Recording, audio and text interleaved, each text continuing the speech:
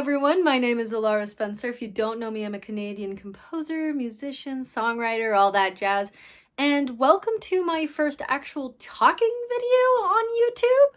Not only is this my first talking video on this YouTube channel, but it is also my first talking video of summer edition. Basically every summer I release lots of different music, I do a lot of different things, I attend a lot of different festivals, I interview people for Pride Month and a whole bunch of other different things. It's such a fun time, so if you don't already follow my Instagram page, the handle is right here. I'll also link it in the description. And go on and give it a follow. As I said, during the summer we post lots of different things. And just the whole point of Summer Edition is to just have a lot of fun and to really honor and experience what summer's all about. In today's video, I want to talk about what I've learned about art from interviewing musicians who are part of the 2sLGBTQIA+ community. If you don't know what I'm referring to, every year on my Instagram page during the month of June, as part of my Summer Edition releases, I interview 4 or more musicians who are part of the 2sLGBTQIA+ community and just talk about their experience with their identity and with their experience in the music world and how those two things combine. It's been such a fun time, and I've gotten to learn about a whole bunch of different people's experiences, and I've gotten to meet some really awesome musicians who I hope to work with in the future. And just overall, it's been a really wonderful experience. So in today's video, I thought it would be a great idea to share with you what I've learned not only about art, but also just about how identity and music sort of combine from those interviews. So without further ado, let's get into the video. Don't mind me, I'm just using my computer to remember all my thoughts, so if I look down every once in a while, that's why. Also, I keep looking over at the left just because I'm so used to the camera being on that side, so don't mind if I do that as well. The first thing I've learned from interviewing musicians who are part of the 2sLGBTQIA+ community is just how important art is when it comes to connecting with others, and how for a lot of people, connecting with others is their drive for art. Now, I refer to this in 2 ways. One is about the actual writing process and the creation process of music and how that relates to connecting with others, but also just in the sense of going to events and sharing your music with others. A few people I've interviewed have talked about how when they write as a way to reach out to the world and to just kind of see what feedback comes to them. And it's been really cool to see how their writing process has changed as they've connected with more musicians and sort of who relates to their music. Often it is people who have similar identities to them, and I think that is really cool. In the sense of connecting with others in a more literal sense, a lot of the musicians I've talked to say that they've met a lot of their queer friends or a lot of their friends who kind of have similar identities to them through music, through going to music events. Some people even refer to it as the community finding them. It's so interesting to see the power of music and how that sort of reflects in the events that you go to and the community that sort of gathers when you perform your art. Number 2, the more open and accepting you are of your own identity and who you are, the more authentic and creative your music will become. Furthermore, you can use your art to help you create that openness. Almost every musician I talk to through these 2sLGBTQIA+ interviews has mentioned something along the lines of, as I started to open up about my identity, my music has also become more open, or I've been bolder to use new chords, or I've been more inspired to write about relationships that I was previously scared to write about.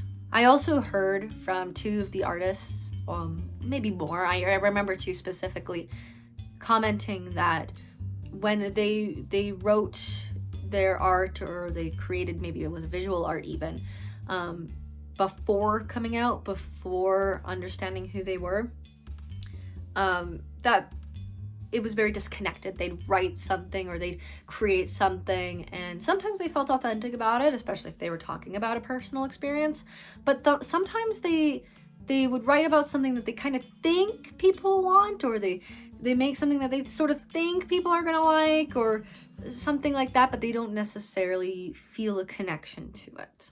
Then obviously when they came out, or when they started to understand who they were, they began to open that up and create that authenticity.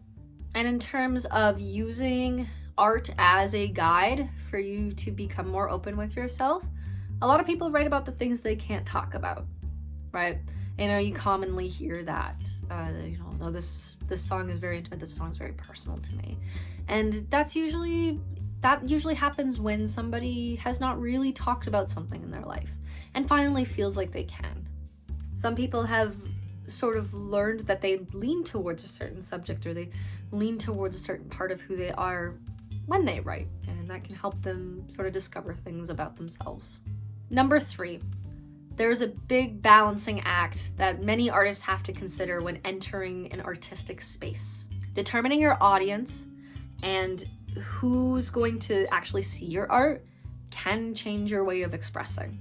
Now, this one is one that I really, really wanted to talk about, because it's something that on one hand is always going to be a case for all artists, but the way I've seen it sort of talked about in the 2sLGBTQIA+ community is a little disheartening, to be honest. Some of the artists I've talked to have unfortunately felt unsafe in certain spaces, and have felt the need to put on a straight look when entering those spaces, or cater their music to the people that they're presenting in fear of expressing that and being ridiculed for it, or being harmed for it. Now, there are some artists who just go for it anyways, who do whatever they can, kind of a if you don't like it, leave. But unfortunately, that's not something that is available to everyone. I really wanted to mention this partially because it is a thing to consider when you're an artist. You want to, when you're stepping into a space, think about who's going to be there, what you're trying to express to that audience, how you're trying to formulate your ideas to them, what you want to wear, things like that. That is a lot of branding. And if you do a rock show at a country place, you might not get the same reception that you're going to get if you do a rock show at a rock place, right? Just for the sake of genre comparison. But it is sad to see that there are a lot of people who just can't be authentic, which also kind of ties into a lot of issues when it comes to branding. A lot of times you're told when you're branding, be your most authentic self, be who you really want to be. Present yourself in this authentic way. People will like you if you're authentic, if you're genuine, if you're, all this kind of stuff. But it's, those people then have to decide, are they going to go with their branding, what's going to make them successful? Are they going to go with their safety? There's this balancing act that really has to happen. And I'm just going to say this right now, prioritize your safety. If you're entering a space that you're unsure about and you're not sure about whether you want to express your identity in that space, I say just protect your safety, but also understand that sometimes criticism is just background noise. So if you're in a space where you don't feel unsafe, but you're unsure, it's still up to you. I would say though, to kind of go towards that branding side and that just being authentic, being you, which is really, really hard, but I think it's super, super important. I will say though, to sort of end on a positive note for that point, almost every artist I have talked to has said something along the lines of, when you're in a queer space, it is amazing. There's sometimes drama, there's sometimes people who think they have a good opinion about things, or people who think that they know everything about your career and they can give you feedback, but it's just usually a positive experience overall. And so I highly suggest, if you're someone who's a bit new to music and you happen to identify with any of the 2sLGBTQIA+ identities, the biggest thing you can do is go and find spaces that are queer safe. The fourth thing I learned from interviewing musicians who are part of the 2sLGBTQIA+ community is that Music is just as much of a personal journey as identity is. Both are equally personal and are things that only you can determine. If you want to make your identity and your music something that intertwines constantly, that very directly, very openly, then that's wonderful. And if you want to have those stay separate, that is also wonderful. And it can sometimes just depend on what your intent is with your music career. It can also change over time based off of how comfortable you are with certain identities, based off of how far into your music career you are, what's going on politically, what's going on just in the world in general, all those kinds of things. And it's really important for you to think about that for yourself. And no, it's not bad if you do want to be the most gay pop star on the planet. I feel like there's sometimes humiliation that people sort of try to incorporate into their feedback. We can talk for days about people who are like, don't shove that in my face or anything like that. And it's up to you. You know, it's just like if somebody wants to talk about their culture, they can talk about their culture. If they don't want to talk about their culture, they don't have to talk about their culture. If they want to talk about their religion in their music, they can talk about their religion in their music. If they don't want to talk about their religion, they don't have to. It's completely up to you. I will say, no matter what, your personal experience will play into your art. There will always be an element of it, but I don't want you to be afraid that if you release something as a gay artist who's not open yet, that people are going to immediately go, that person's gay. It's still there, but it is subtle. And as I said, that journey, what you want to present, what you don't want to present, is completely your choice. I've interviewed a lot of people who do find that their identity and their music is heavily tied together. And I also find some people who are like, no, I play saxophone, or I play, whatever instrument, and so no one would ever know, And number 5, which I'm going to make my last point, is most of the musicians I talked to just said, go for it. When asked to give advice to musicians starting out, it's just to go for it. Art is about going for it, about expressing things that you're not 100% sure about. It's about taking risks, about connecting with people, as we said. Art is about just going for it, about just doing it. And so that's something I've never really considered before. I've always thought about art as a creative expression of your inner world, or about, this really big thing. And over the years, interviewing these wonderful, wonderful human beings, it's really, art is about trying things. Art is about doing things and seeing what happens.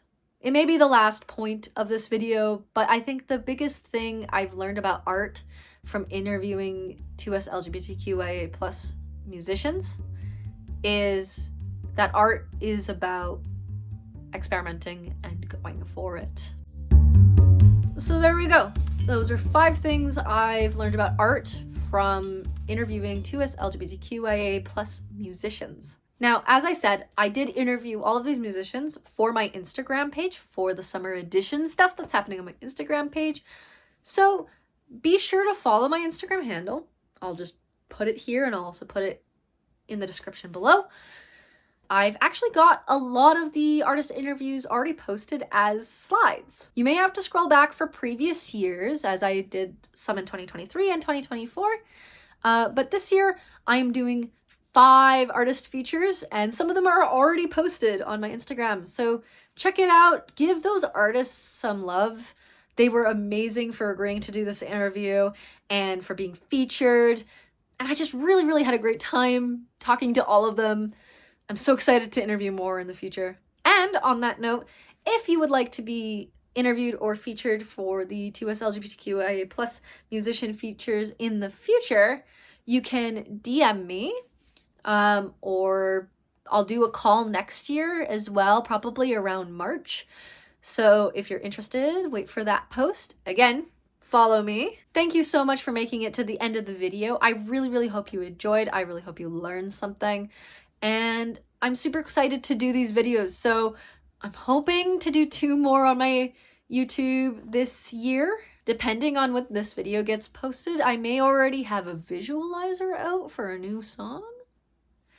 And I also plan on releasing a collection of songs. So as I said, stay tuned for that. And that's all for me for today. Enjoy your summer. Bye.